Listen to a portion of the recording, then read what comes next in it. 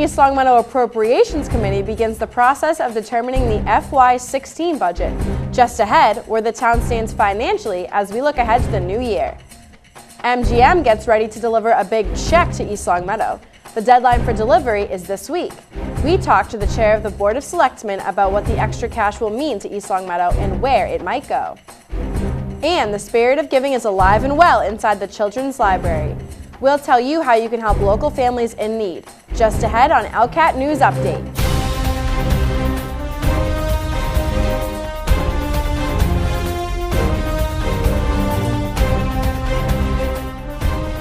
Good evening, I'm May Randall. We begin tonight with a massive task for the Town Appropriations Committee. The budget process kicks off this week, and making the numbers fit is no small job for the town departments. In fact, with money tight these days, we're told tough decisions may have to be made. Appropriations met Tuesday night along with heads from each department and members of the Board of Selectmen. Selectman Chair Paul Federici.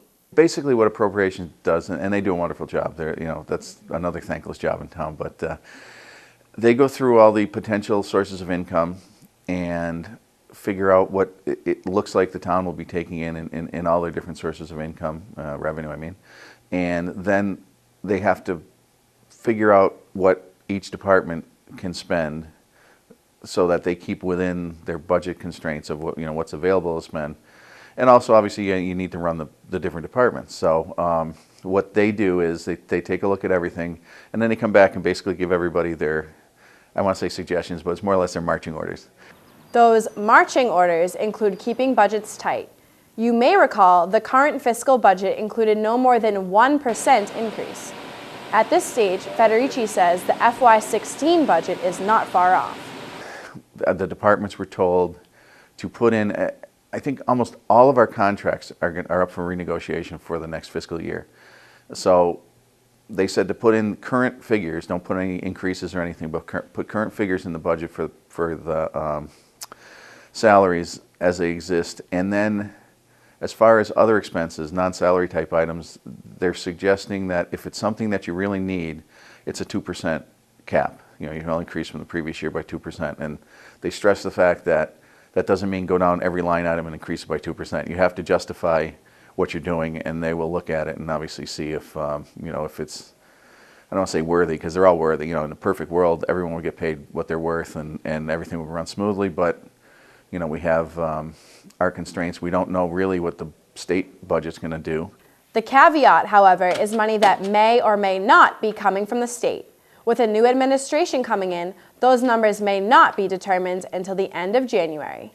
They're threatening to, have it affect local aid, which obviously we depend on for schools, for roads and other things. So we don't really know what's going to happen. It's this big, it's like effectively like trying to budget something without knowing exactly what you're taking in. So it's a process. If it comes in lower than anticipated, then we're going to have to go back and adjust the numbers. So.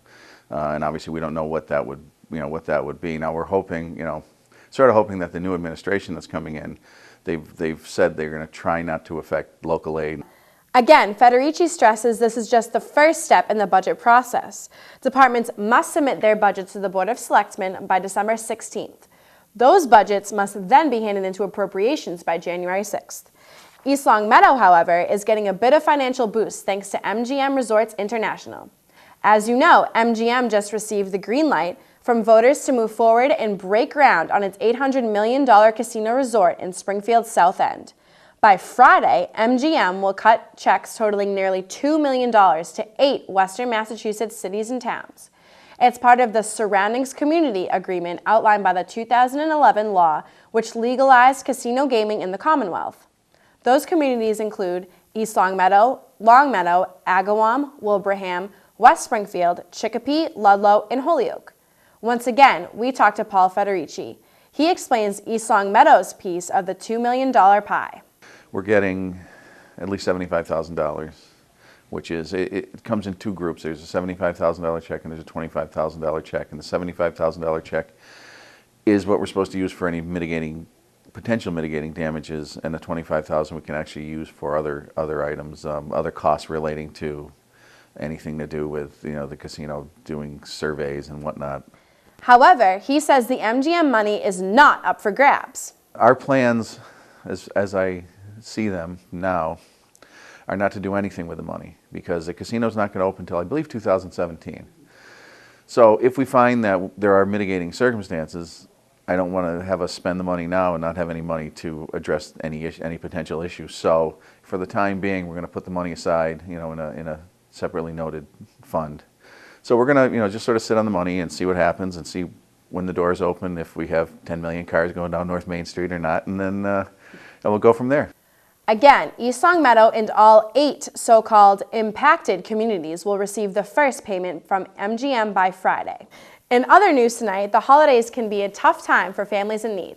However, the East Longmeadow Children's Library, along with the local students, are doing their part to help out this holiday season. It's that time of year again. With the holidays approaching, ELCAT looks to the East Longmeadow Public Library to check out their events to help benefit kids in the area.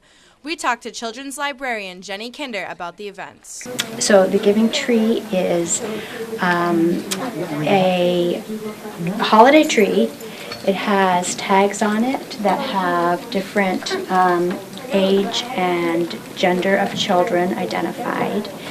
And these are children that are from the homeless shelter that it's called the Family Place. And it's located in Holyoke. And it serves homeless families from all over the area. Each year, pretty much all the tags are gone.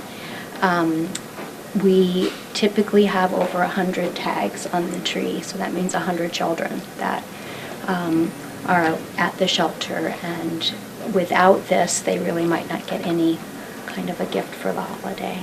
Besides the Giving Tree, the Junior Advisory Council, or JAC, is also holding a food drive to help out the backpack program. JAC is a group of 5th and 6th graders that organize events for their age group. They've decided for the holidays to have a service project that benefits Rachel's Table and its project of helping the Holyoke School Backpack Program. And that's another program that helps children who don't have enough to eat. And what they're trying to do is collect food that these children could take home on the weekends. Many of these children get food at school, but on the weekends they may not have very much at all to eat. If you want to contribute to either of these programs, Ms. Kinder explains how you can help. We have a collection point right here, and so yeah, just they don't want family-sized portions of things. The idea is that it's for the children. Canned ravioli, or an individual mac and cheese, or soup in a cup kind of thing, individual servings of things that they would receive it at school in a backpack and be able to take it home for the weekend. For more information on how you can help out, contact the EL Public Library or stop by and choose a giving ornament. In sports news, the Winter Spartan season is just getting started. Tryouts and first practices are underway, including girls basketball. There's a new coach heading the team this year, and the seniors are looking forward to a successful season. ELCAT's Nina Fazio has the story. Tryouts are underway for Spartan girls varsity basketball. The team lost 7 seniors last year. Current senior Megan Lindsay says it's a rebuilding year, but the team is still really solid. It's definitely going to be like a building year. We have a few returners, we're all returning to varsity, and then Karina, she tore her ACL, but she'll be back soon, so that's a solid beginning, I guess. I think we'll be fine, yeah. The girls have a new coach, Tim Gary. Senior Julia Decker says his style may be a bit different, but so far, so good. Well, we've only had one tryout so far, so we don't know that much yet, but yesterday went really well. There's a lot of hard work, and he is a little different, whereas everything we do involves basketball, so we don't just run just to run. So a lot of girls like that, which is different this year, and everyone that we have coming up gets along really well, so should be good. Senior Sophia Capua says some of these girls have been playing together for years, which will be a big advantage. We've been playing together for, I don't even know, the past 10 years. It's just sad, not even losing a coach because we've only had one a season, really, so we didn't get to know them that well, but it's worse leaving these two for basketball. The Lady Spartans' first game is Friday, December 12th at Chicopee Comp. Their first home game is Tuesday, December 23rd against Chicopee High School. I'm Nina Fazio for ELCAT Sports. Well, that will do it for us tonight. Thanks for watching ELCAT News Update. I'm May Randall. Until next time, good night.